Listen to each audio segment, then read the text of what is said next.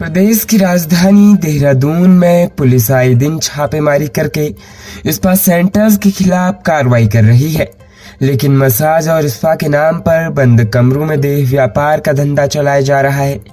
आलम यह है कि पुलिस हर 2 महीने बाद इनके ऊपर कार्रवाई कर रही है, लेकिन यह लोग हैं कि इस धंधे में कार्रवाई के बाद दोबारा से लिप्त हो जाते हैं। रविवार देर रात को भी पुलिस ने ऐसे ही स्पा सेंटर के खिलाफ छापेमारी करी। पहले यह देखा गया कि आखिरकार सभी ये सेंटर अपने मानकों के अनुसार चल रहे हैं या नहीं, लेकिन अलग अलग जगह पर की गई छापेमारी में पुलिस ने पाया कि 26 स्पा सेंटर तमाम अनियमितताएं करके अपने स्पा सेंटर चला रहे थे। पुलिस ने अलग अलग टीमें बनाकर लगभग 70 सेंटरों में छापेमारी की। पुलिस ने यह भी देखा कि स्पा सेंटर में आने वाले ग्राहक की डिटेल संचालक ले रहे हैं या नहीं, सीसीटीवी कैमरे और स्टाफ का सत्यापन हुआ या नहीं। इन सभी पहलुओं पर पुलिस ने छापेमारी की। इसी कार्रवाई के दौरान पुलिस ने पाया कि पटेल नगर क्षेत्र के मंडी इलाके में चल रहा एक स्पा सेंटर और सैलून अपने यहाँ कुछ अनैतिक कार्य करवा रहा है। पुलिस ने जैसे ही छापा मारा वैसे ही 3 महिला और 3 पुरुष आपत्तिजनक स्थिति में पाए गए।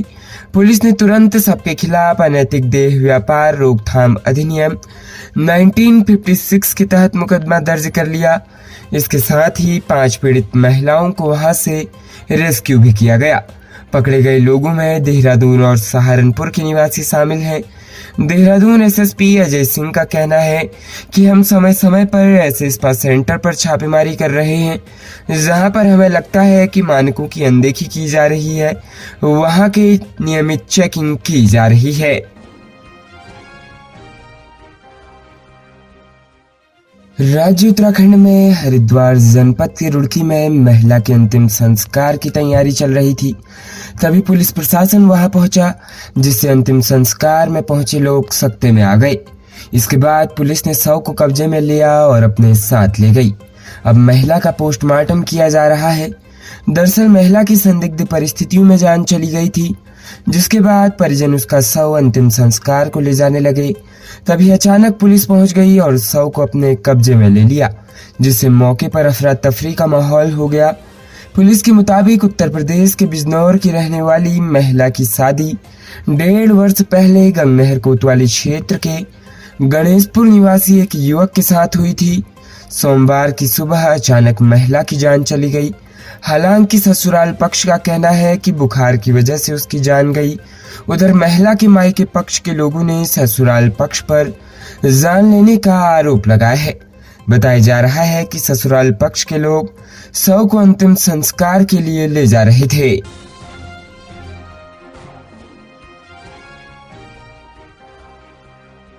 राज्य उत्तराखंड में कांग्रेस सरकार इन दिनों भारतीय जनता पार्टी पर हमलावर हो रही है। तमाम मुद्दों को लेकर कांग्रेस बीजेपी सरकार के खिलाफ विरोध प्रदर्शन कर रही है। सोमवार 30 सितंबर को भी नैनीताल जिला मुख्यालय हल्द्वानी में कांग्रेस नेता प्रतिपक्षी यशपाल आर्य और कांग्रेस प्रदेश अध्यक्ष करण मेहरा के नेतृत्व में जन आक्रोश रैली निकाली। जन आक्रोश रैली में नैनीताल जनपद के साथ साथ उधम सिंह नगर से भी बड़ी संख्या में कांग्रेसी हल्द्वानी पहुंचे। कांग्रेस की जन आक्रोश rally Haldwani MBPG inter college मैदान से शुरू होकर जिलाधिकारी कैंप कार्यालय पर खत्म हुई। इस दौरान कांग्रेस ने बीजेपी सरकार के खिलाफ जमकर प्रदर्शन किया।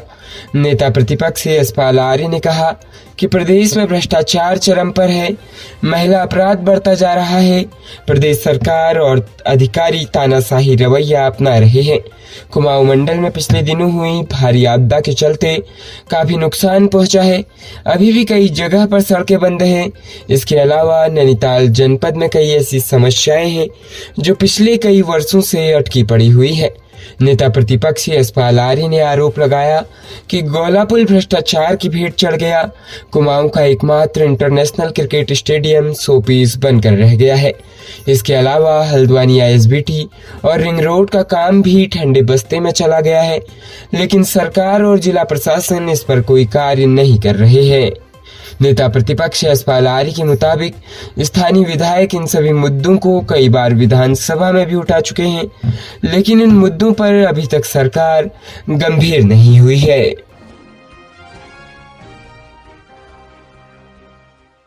बनभूलपुरा थाना क्षेत्र के अंतर्गत एक युवक पड़ोसी महिला पर नहाने के दौरान गलत नजर रखता था। महिला के पति ने जब इसका विरोध किया तो युवक ने धारदार हथियार से महिला के पति और उसके देवर पर हमला कर दिया। हमले में पीड़िता का पति और अन्य लोग लहूलुहान हो गए। फिलहाल पुलिस ने पूरे मामले में मुकदमा दर्ज और आरोपी की तलाश शुरू कर दी है। पुलिस के मुताबिक गांधीनगर निवासी महिला का आरोप है कि उसके घर की छत पर बाथरूम है। नहाने आदि के लिए वह इसी बाथरूम का उपयोग करती है। आरोप है कि पड़ोस में रहने वाला युवक उसे नहाते वक्त देखता था। 21 सितंबर को जब वह नहाने गई तो आरोपी उसे देखने लगा। इसकी शिकायत महिला ने अपने पति से की। मामला आरोपी के परिजनों तक पहुंचा तो उन्होंने माफी मांगी और आगे से ऐसा न होने का भरोसा देकर मामला निपटा लिया। साथ ही भरोसा दिया कि वह जल्द ही किराए का कमरा खाली कर चले जाएंगे। 28 सितंबर की रात पीड़िता दोबारा बाथरूम में गई तो पड़ोसी ने फिर से वही हरकत दोहराई। पत्नी के बताने पर पति युवक के घर पहुंचा तो आरोपी ने धारदार हथियार से हमला कर दिया, जिससे वह लहूलुहान हो गया। बचाव में पहुंचे महिला के देवर व अन्य लोगों पर भी आरोपी ने हमला कर दिया। बनभूलपुरा थानाध्यक्ष नीरज फाकुनी ने बताया कि आरोपी के खिलाफ मुकदमा दर्ज कर आरोपी की तलाश की जा रही है। रविवार देर रात प्रदेश के हरिद्वार जनपद में एक जंगली हाथी की जान से हड़कंप मच गया। रात के अंधेरे में गांव से थोड़ी ही दूरी पर हाथी हाई टेंशन लाइट की चपेट में आ गया। करंट लगने से मौके पर उसकी दर्दनाक जान चली गई। वन विभाग हाथी के शव का पोस्टमार्टम कराते हुए घटना के कारणों का पता कर रहा है। सूचना मिलते ही वन विभाग और राजाजी टाइगर रिजर्व प्रशासन में हड़कंप मच गया। आला अधिकारी मौके पर पहुंचे और हाथी के शव को कब्जे में लिया गया। अब हाथी के पोस्टमार्टम की तैयारी में प्रशासन जुट गया है। वहीं आसपास के ग्रामीणों की भीड़ भी हाथी को देखने के लिए मौके पर जुट गई।